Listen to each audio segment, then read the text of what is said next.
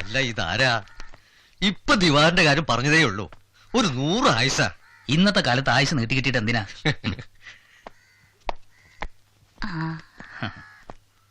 ദിവാകരനെ ഒന്ന് കാണണമെന്ന് വിചാരിച്ചിരിക്കായിരുന്നു. ഞാൻ കുറച്ചു കഴിഞ്ഞേ പോകുന്നുള്ളൂ. അമ്മൂമ്മക്ക് ജാപ്പാണം പോയില്ല. കിട്ടിയത് നന്നായി. കുട്ടൻ കിടപ്പിലായ ശേഷം മുറുക്കാനൊക്കെ വല്ലപ്പോഴാ. വന്ന് വന്ന് ആരും കൊണ്ട് വരാതെയായി. എന്താ മുത്തശ്ശി ഇത്? ഞാൻ കഴിഞ്ഞ ആഴ്ചയല്ലേ വന്നു പോയത്. അമ്മേ, കുട്ടൻ എങ്ങനെയുണ്ട്? അങ്ങനെയൊക്കെ തന്നെ ഉണ്ട്. നീ ഇരിക്കേ, ഞാൻ ചായ എടുക്കാം.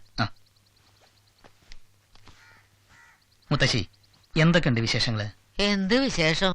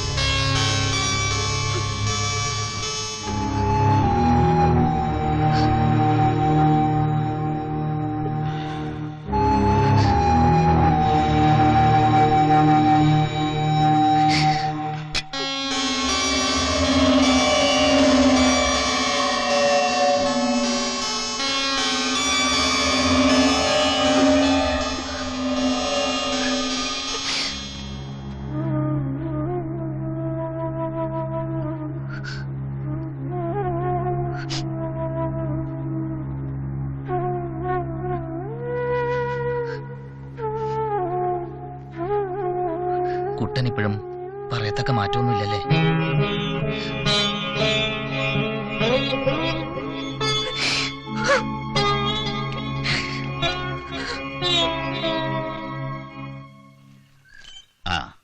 നീ വന്നത് നന്നായി. നിനക്ക് ഇന്ന് വേറെ പണിയൊന്നുമില്ലല്ലോ? ഇല്ല. വാ,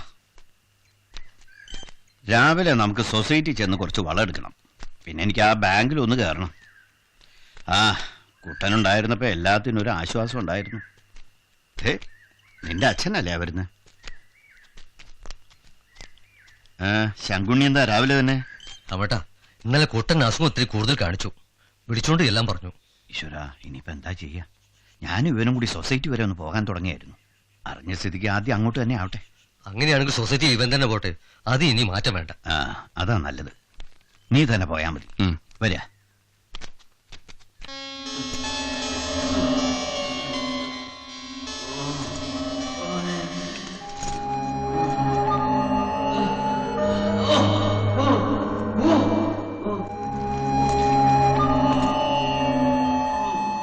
ഇന്നലെ ഇത്തിരി കൂടുതലായിരുന്നു.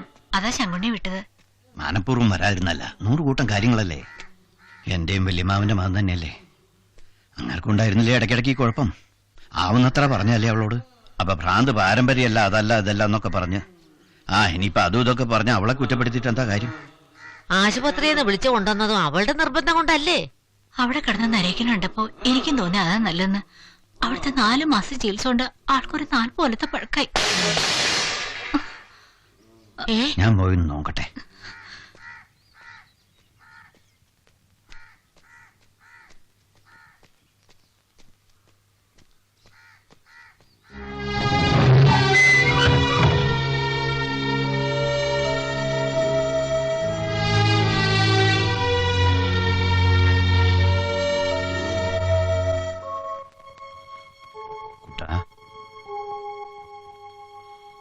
കുട്ടാ,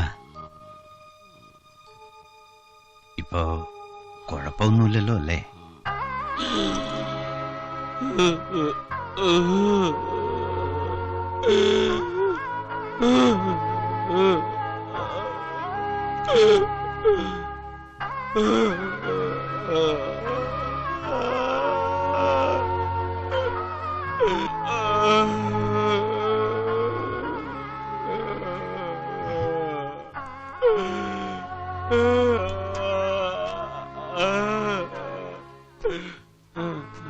ഈശ്വര, കുട്ടി വിളിച്ചു തുടങ്ങിയല്ലോ.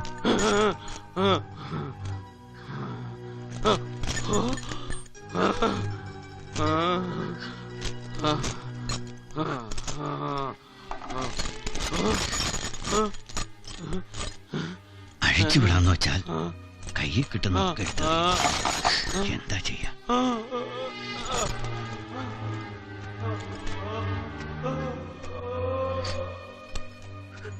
നീ വിഷമിക്കണ്ട, അതിനു വേണ്ടി പറഞ്ഞല്ല.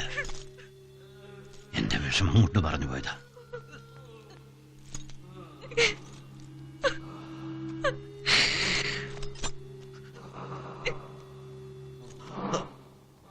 ആ, ഞാൻ വരുന്ന വഴിക്ക് തമ്പുരാൻ ഡോക്ടർക്ക് ഫോൺ ചെയ്തു.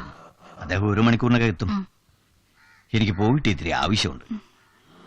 വിവരങ്ങളൊക്കെ പറയാ. ആ, ശങ്കുണ്ണി ഉണ്ടല്ലോ ഇവിടെ. വരട്ടെ. നാരായണ നാരായണ നാരായണ നാരായണ നാരായണ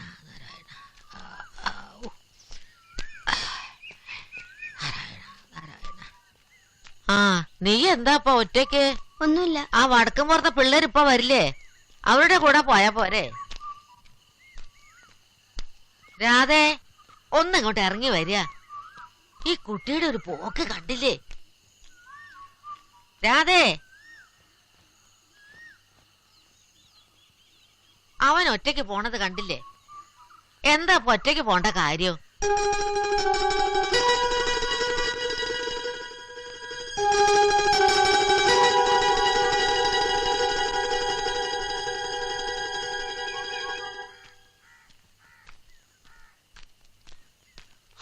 നീ ഇതുവരെ റെഡി ആയില്ലേ? നിന്നെ സ്കൂളിൽ കൊണ്ട് വിട്ടിട്ട് വേണം എനിക്ക് സംഘത്തിൽ ചെന്ന് വളത്തിന് ഏർപ്പാട് ചെയ്യാൻ.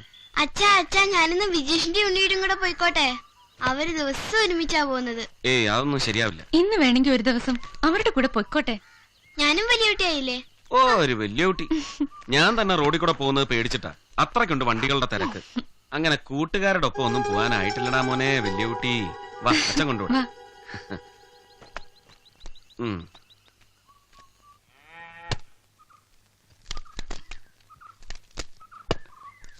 ചേച്ചി, എന്തിനാ എല്ലാം കൂടെ വലിച്ചു വാരി ചെയ്യുന്നത്? ശങ്കുണ്ണിയേട്ടനോട് പറഞ്ഞു വാസുവിനെ വിളിപ്പിച്ച് ചെയ്യിക്കരുത്. ആയിട്ടല്ല, ഒരാളെ നിർത്തിയ വൈകുന്നേരം ആവുമ്പോ അവനും കൊടുക്കണ്ടേ ചുരുങ്ങിയത് 150 രൂപ. എങ്ങനെയാ കാര്യങ്ങൾ നടക്കണേന്ന് ഈശ്വരന് മാത്രമേ അറിയൂ. ചേച്ചി വിഷമിക്കണ്ട. എന്താ ആവശ്യം വെച്ചാ ചോദിക്കാൻ മടിക്കരുത്. രാഘവേട്ടനും പ്രത്യേകം പറഞ്ഞിട്ടുണ്ട്. ആ, അപ്പൊ ക്ലാസ് കഴിഞ്ഞ് വന്നിട്ടുണ്ട്. ഞാൻ ചായ എടുത്ത് കൊടുക്കട്ടെ?